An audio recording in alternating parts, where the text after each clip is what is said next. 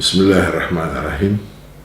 Есть такая поговорка, не знаю, из Франции или она пришла в русский язык, или еще откуда-нибудь: кого Бог хочет погубить, того лишает разума.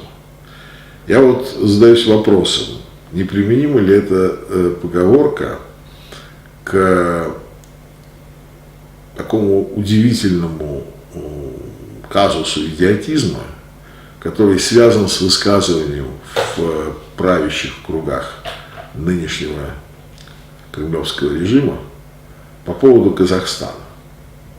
Вот все эти разговоры о том, что у казахов не было государственности, или высказывания Жириновского, которые идут, так сказать, в тандеме с этими, значит, как бы странными курбетами в адрес Нурсултана Назарбаева, которые одновременно оскорбляют и унижают казахский народ.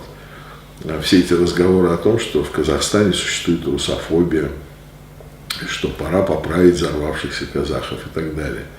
Вот в условиях, когда Россия просто окружена всеобщим негативом, когда так называемое мировое сообщество, то есть попросту правящие круги мировой системы, поставили перед собой задачу обвалить режим.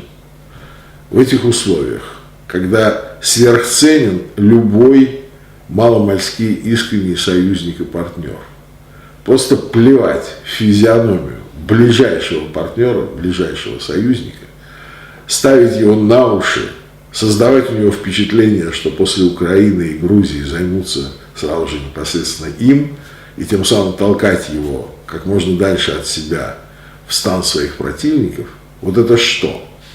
Это лишенность разума, это идиотизм, или это очень хитрая игра одной фракции, которая хочет завалить другую, при том, что та, которую хотят завалить, явно не понимает этой игры. Но я думаю, что история покажет.